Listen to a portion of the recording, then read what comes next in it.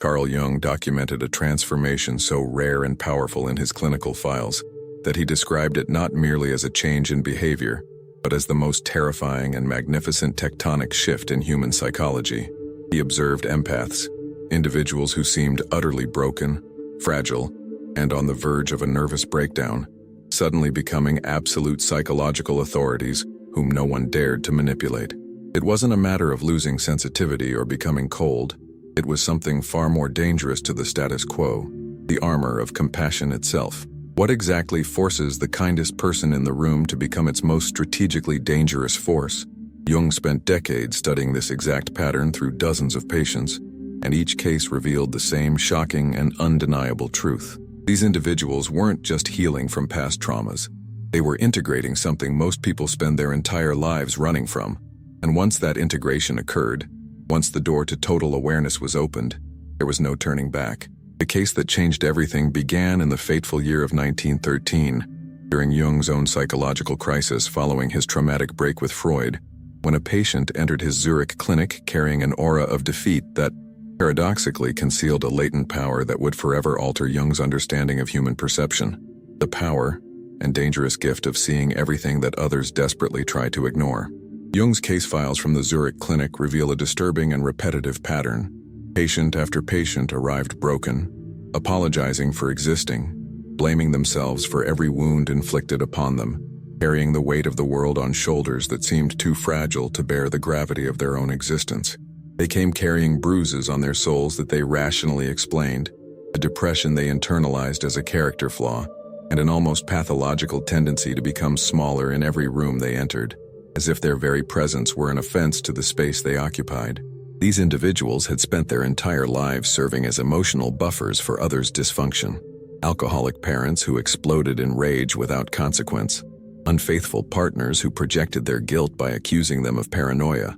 Dysfunctional families where they became the designated problem, the convenient scapegoat for all the unexamined shadows of the clan. They absorbed it all without complaint, somehow obscurely convinced that they deserved the treatment they received, that their sensitivity was a manufacturing defect in a world made for the insensitive. Jung expected to find fragmented minds, damaged beyond repair, victims whose spirits had been crushed by years of systematic abuse and continuous gaslighting. But what he discovered in the depths of that analysis changed everything he thought he knew about the psychic structure of empaths. These patients had not been broken by abuse. They had been studying it with surgical and frightening precision. When Jung asked them to describe their relationships, he did not receive the confused babblings of traumatized minds. He received detailed psychological profiles that would make a trained analyst envious of the crystal-clear clarity of the observation. Jung discovered that they kept mental records of everyone who hurt them, not emotional memories, but cold, precise, strategic data. They knew their abusers' triggers with millimeter precision. They understood their insecurities on a level that the abusers themselves did not comprehend. They had mapped fears, patterns, and psychological weaknesses with the precision of a military strategist, plotting enemy vulnerabilities on a war map. One patient could predict her husband's emotional states 3 days in advance, based on micro-expressions that lasted fractions of a second and that most people would never notice. Another knew exactly which words would devastate his narcissistic father, having cataloged every wound in the man's psyche over 30 years of silent observation. And the most shocking part was that they had never used this knowledge. Not once. Not to defend themselves, not to retaliate, not even to protect themselves from future harm. They had simply collected the information unconsciously, the way a computer records data in the background, until something pushed them beyond a breaking point that couldn't be undone. Jung wrote that the empath's mind is not a victim's diary. It's a war room waiting to be activated. These individuals weren't sensitive souls crushed by the world. They were psychological geniuses hidden beneath the mask of submission. And their gift of perception was operating at peak capacity the entire time they seemed broken. The question was never whether they saw everything. The question was, what would finally make them act on what they had always known, but feared to acknowledge? Jung began testing these patients systematically, bringing colleagues into sessions without providing any background information. And within minutes, these empaths could identify childhood traumas, relationship patterns, and professional insecurities with accuracy rates exceeding 97%. This wasn't supernatural psychic ability. This was pattern recognition operating at a level most humans never access because they are too busy projecting their own illusions. What others dismiss as intuition, these empaths understood as raw data collection. Their brains processed emotional information faster and more accurately than anyone Jung had ever met. They noticed micro-expressions, detected changes in tone of voice imperceptible to normal hearing, sensed energy shifts in rooms that others couldn't consciously register. Their nervous systems were wired for threat detection on a level that made them simultaneously blessed and cursed. Society had taught them that this gift was a curse, an aberration. Every time they gave voice to what they saw, to the lies beneath surface presentations, to the manipulation hidden in kind words, to the agendas concealed behind friendly gestures, people called them too sensitive, overly emotional, paranoid, dramatic. They learned to silence themselves, to doubt their perceptions, to apologize for seeing what others refuse to acknowledge. But the truth doesn't disappear just because you stop talking about it. It accumulates. It builds pressure in the depths of the unconscious. And in the cases of these empaths, it had been accumulating for decades, like a reservoir about to burst its dam. Jung realized he wasn't treating pathology. He was observing what happens when consciousness becomes too advanced for basic social survival. When perception becomes so nuanced that normal human relationships seem to navigate a world where everyone else is partially blind. These empaths could see the emperor had no clothes. They could see everyone pretending otherwise, and they had spent their entire lives being punished for mentioning the obvious. The question that haunted Jung was simple and terrifying. What happens when these individuals finally stop pretending not to see? What happens when the most perceptive people in any room decide to stop protecting everyone from the truth? Empaths aren't broken. They are alchemists in progress. But this gift of perception came with a devastating price that Jung observed destroying his patients from the inside out. He connected the empath's abilities to what he called the introverted intuitive type. Roughly 1% of the population possessing a heightened perception that sees through every social mask, every false presentation, every unconscious shadow that groups agree to ignore. Modern research on highly sensitive people validates Jung's observations, but he identified something more specific within his psychological typology. These individuals not only feel deeply, they perceive unconscious patterns with frightening clarity that others cannot access. They see the depression behind forced smiles at family gatherings, sense the despair beneath confident business presentations, feel the collective shadow that groups unconsciously agree to ignore, the extramarital affairs that no one mentions, the addictions that everyone pretends don't exist, the cruelty disguised as concern. Jung wrote that the danger lies not in perception itself, but in the absolute psychic isolation it creates. When you see clearly what others cannot or will not see, you become a mirror that society cannot bear to look into. This creates what Jung called the problem of the higher function. When your greatest psychological strength becomes your greatest burden, because it separates you from the collective unconscious participation. You can't engage in trivial conversations when you see the pain beneath every smile. You can't pretend that family dynamics are healthy when you feel the toxicity in every interaction. You can't maintain friendships when people feel exposed and uncomfortable around your naked awareness. The curse of this awareness is that it cannot be shared with those who do not possess it.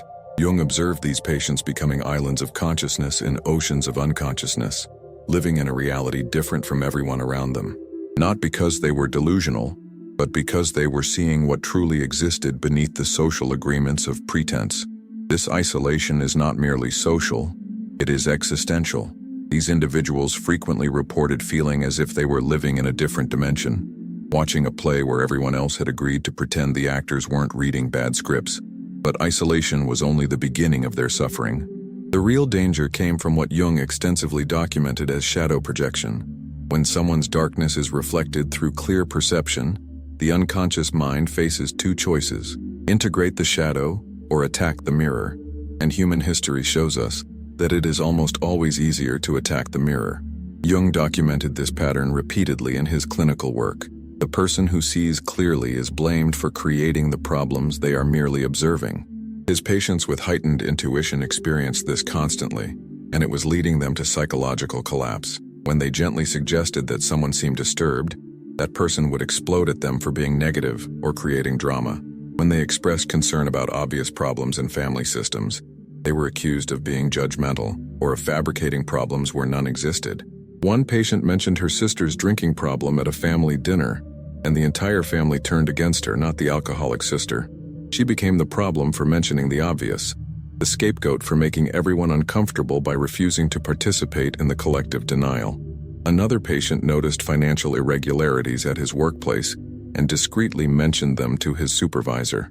Within weeks, he was labeled paranoid, difficult, and eventually fired. 6 months later, an audit revealed millions in fraud, exactly what he had tried to report.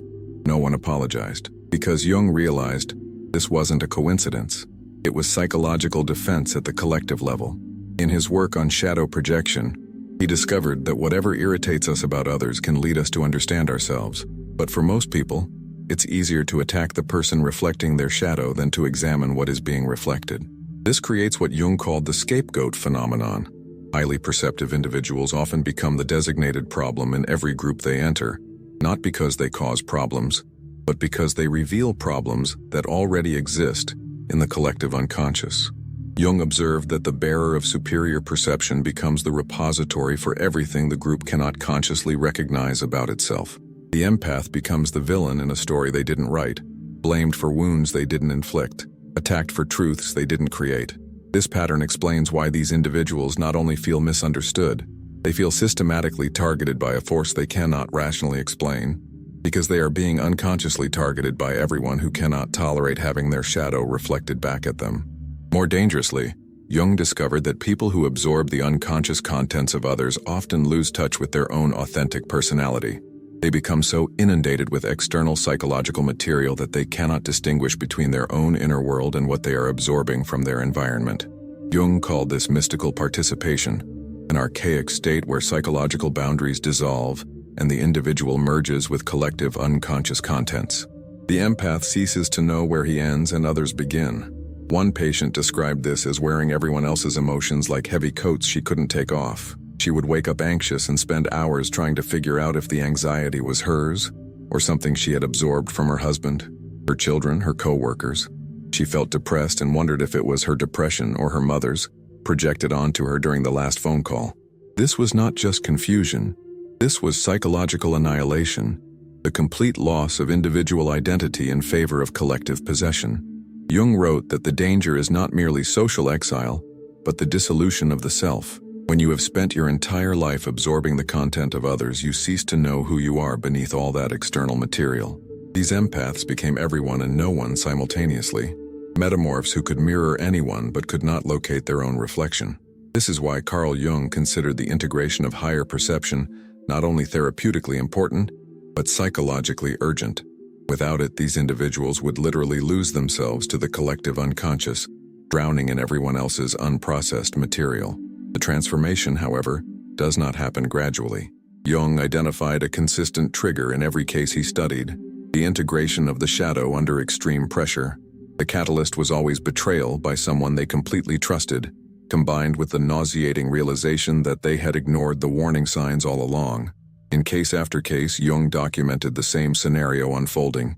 The empath discovered infidelity, financial betrayal, or emotional manipulation by their closest person, an extramarital affair by the spouse, theft by a parent, a systematic gossip campaign by a best friend. What made it devastating was not the act itself. It was the recognition that they had seen every sign, cataloged every red flag, noticed every inconsistency, and chosen to ignore their own perception. They had betrayed themselves by refusing to believe what they clearly saw. They had abandoned their gift of perception to maintain relationships with people who were systematically destroying them. These patients did what empaths always do. They remained silent, absorbed the pain, blamed themselves for not being enough, for not trying hard enough, for not loving enough. They convinced themselves that if they only became more perfect, the betrayal would stop. Then came what Jung called the clarity event, the moment when pattern recognition finally overwhelmed the need to believe in the best of people. The moment when years of suppressed perception erupted into consciousness all at once. Most people would expect empaths to cry, scream, collapse into a messy emotional chaos. Their abusers certainly expected this reaction. They were prepared for tears, for pleas, for desperate attempts to save the relationship. What happened instead was something that terrified everyone involved.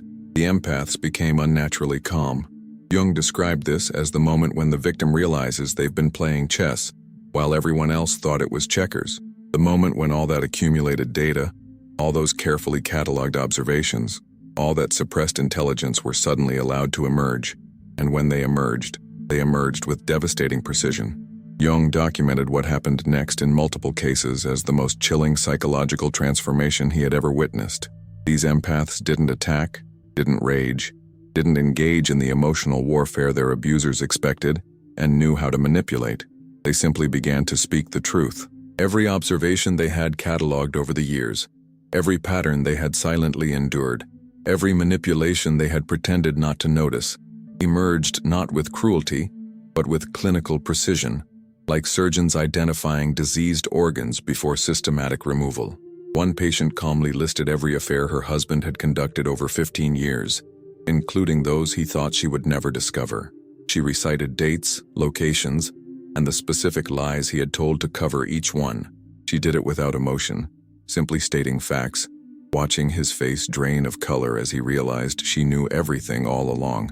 Another patient entered a family intervention his siblings had arranged, claiming he was mentally unstable. He spent 30 minutes systematically dismantling each sibling's facade, revealing their vices, their financial crimes, their hidden resentments with such precision that 2 of them left in tears. He didn't raise his voice once. This wasn't revenge. It was clarity. These empaths were finally using their full perception not to excuse behavior, not to allow dysfunction, but to expose it with relentless precision. Jung perceived this as shadow integration in its purest form. The moment someone stops denying the parts of themselves they've been taught to hide. For empaths, their shadow wasn't evil. It was their suppressed intelligence, their silenced intuition, their denied strength, their right to boundaries, their capacity for strategic action. When they finally integrated these shadow aspects, they became what Jung called psychologically complete. And a complete empath, Jung discovered, was one of the most powerful forces in human psychology. The transformation was permanent. Jung documented this in every case of successful integration. These patients never went back to trying to please people. They stopped apologizing for limitations. They stopped doubting their perceptions. They stopped making themselves smaller to accommodate the egos of others. They had become empaths who could no longer be manipulated. And this permanence terrified the people around them. Within months, their entire lives transformed with strategic precision. They left abusive relationships without drama or explanation. They cut contact with toxic family members without guilt or second thoughts. They restructured their social circles, keeping only those who could meet them at their new level of awareness. Jung observed them becoming what he called selectively empathic, still deeply caring, but strategically protective of where that care flowed from. They had learned the difference between compassion and permissiveness, between love and self-abandonment. The most disturbing part for Jung was how their presence affected others. People who had previously walked all over them suddenly felt uneasy in their company. These empaths weren't aggressive, they weren't cruel, they weren't even confrontational, but everyone felt that something fundamental had changed. Jung identified what he called the predator instinct. Manipulative people can sense when their usual tactics won't work. They avoid integrated empaths the way vampires avoid sunlight, out of pure self-preservation instinct. People who had previously demanded constant emotional labor suddenly stopped caring. Family members who depended on them as scapegoats found new targets. Friends who had taken advantage of their kindness simply disappeared without explanation. Meanwhile, healthy people felt safe around them for the first time. Authentic individuals gravitated toward their energy. Other integrated individuals recognized them immediately, like members of a secret society recognizing each other across crowded rooms. Jung wrote that the awakened empath doesn't need to announce their power. Others can feel it in their bones. The integrated empath becomes a living lie detector, not through judgment but through mere presence. Jung spent years following these transformed patients, lifetimes after integration. What he discovered kept him awake at night, filling journal after journal with observations he never fully published during his lifetime. These individuals had become extraordinarily successful in ways that seemed almost supernatural. Their businesses thrived because they could read clients' real needs before those needs were even expressed. They could sense which partnerships would succeed and which would fail with mysterious accuracy. Their new relationships were healthy because they could identify emotional predators minutes after meeting them. Red flags that took most people months or years to recognize, they detected in the first conversation. They never again wasted time with people who couldn't match their emotional intelligence. Their decisions were impeccable because they completely trusted their intuitive intelligence. They didn't doubt, they didn't question, they didn't negate their perception to make others comfortable. They simply saw clearly and acted accordingly. Jung noticed something that chilled his blood. These empaths hadn't become less empathetic through integration. They had become perfectly empathetic, which meant they were also perfectly strategic. They could manipulate others as easily as they had been manipulated. They understood human psychology on a level that made them almost omnipotent in social situations. They could influence, persuade, and control with minimal effort because they saw exactly which psychological buttons to push. But here's what truly terrified Jung. These transformed empaths chose not to use this power destructively. They could have destroyed every person who had ever hurt them. The knowledge they had accumulated over years of abuse would have been devastating weapons. They could have ruined reputations, destroyed relationships, crushed the people who had crushed them. Instead, they simply removed toxic people from their lives and moved on. They used their power for protection and discernment, not revenge. They became what Jung called psychological architects, people who could read, influence, and navigate human systems with supernatural precision, but who chose to build rather than destroy. Jung called this the armor of compassion, the most dangerous and beautiful transformation that human psychology could produce. The presence of the integrated empath alone forced everyone around them to evolve or reveal their true nature. Jung documented this as the mirror effect. These individuals didn't have to actively confront people's dysfunction. Their mere existence reflected problems back with uncomfortable clarity. Manipulators couldn't stand being near them. They felt exposed, seen, unable to operate their usual psychological games. The calm awareness of the integrated empath was like sunlight to vampires. Toxic people made excuses and disappeared, often without the empath saying a word. A patient reported that her narcissistic mother stopped visiting entirely after her integration. The patient hadn't changed her behavior toward her mother.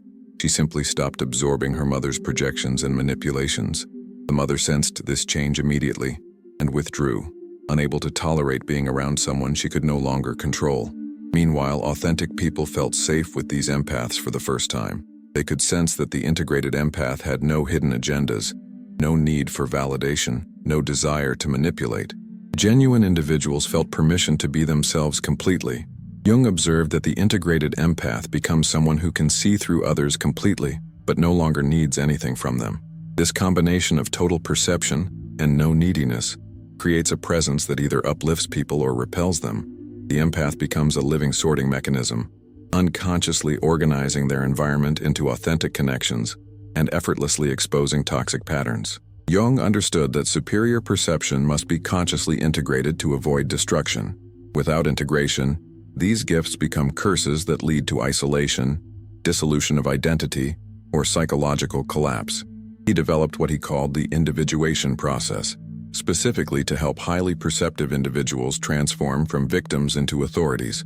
This process has three essential phases that every integrated empath must master. First, recognition and differentiation. This requires establishing conscious discrimination between what belongs to you and what you have absorbed from others. Without this fundamental skill, the empath remains lost in mystical participation, drowning in everyone else's content. Jung instructed patients to spend time in complete solitude daily, not just physically alone, but in complete mental isolation. No phone, no music, no distractions, just silence, allowing the absorbed material to settle so they could recognize their own authentic psychological voice beneath the noise. This practice reveals a shocking truth. Most empaths discover that up to 70% of what they thought were their own emotions actually belonged to others. The anxiety wasn't theirs, the depression wasn't theirs. Shame, guilt, inadequacy, mostly absorbed from your environment and confused with personal content. Second, shadow integration. This phase proves to be the most challenging because it requires recognizing your capacity for every quality you observe in others. People who see the shadows of others clearly often do so because they haven't integrated their own. The more you deny your capacity for deception, selfishness, manipulation, or cruelty, the more disturbed you become when you see these qualities in others. Shadow integration means recognizing that you contain every human quality you observe. You are capable of lying, of using people, of cruelty when threatened. This doesn't make you bad, it makes you whole. It makes you human. This integration is paradoxically what allows you to see clearly without judgment. When you have accepted your own shadow, you can witness the darkness of others without needing to fix it, without taking it personally, without being destabilized by it. Third, conscious participation. The ability to engage with the psychological contents of others without being overwhelmed or losing your individual identity. Jung called this developing psychological containers. The ability to hold the unconscious contents of others temporarily, while maintaining a clear awareness that they are not one's own. This final phase transforms the empath from victim to bridge, from someone destroyed by perception into someone who serves as a conscious link between the unconscious and conscious realms. The integrated empath becomes what Jung called a pioneer of consciousness, someone whose psychological development precedes collective readiness. These individuals serve as advanced scouts into territories that humanity will eventually need to explore. Jung wrote in The Unknown Self that the individual has always been the bearer of the living spirit, the one who brings about change in society. He believed that people with superior perception serve as bearers of culture, helping consciousness evolve by making unconscious material conscious before the collective is ready to see. Throughout history, highly perceptive individuals have appeared before collective consciousness could integrate their insights. They served as early warning systems for psychological, social, and spiritual developments that would later become obvious to all. Jung believed that in the modern age, highly perceptive individuals may be sensing psychological patterns that explain collective behavior, environmental and social unsustainability before it becomes obvious, spiritual possibilities beyond current religious frameworks, and collective shadow contents that desperately need conscious integration. The integrated empath does not serve evolution by being a martyr to consciousness. They serve by developing their perceptions so completely that they become a gift to the whole, not sacrificing individuality, but embodying more conscious ways of being. At the highest level of integration, Jung observed these individuals holding their abilities lightly, seeing clearly without attachment to others, accepting what they see, perceiving deeply without compulsion, to fix everything they observe. Jung called this the transcendent function, the ability to serve the evolution of consciousness naturally, without forcing or preaching, simply by being who they fully are. The integrated empath achieves what seemed impossible: love with limits, sensitivity to feel everything, and wisdom to choose what deserves energy. Someone who can see through others completely, but no longer needs anything from them. Remember Jung's 1913 patient who changed her understanding of empathic potential. After 3 years working through Jung's individuation process, her life was completely transformed. She learned to distinguish between her own psychological contents and the material absorbed from others. She found work as a counselor, where her heightened perception helped troubled individuals feel truly seen for the first time. She built relationships with people who valued her insights instead of fearing them. Most importantly, she stopped experiencing her superior perception as a curse and began to understand it as what Jung called a gift requiring conscious development. Jung wrote about her transformation in his private notes. The patient learned not to see less, but to see more wisely, not to perceive less deeply, but to engage more consciously with what she perceived.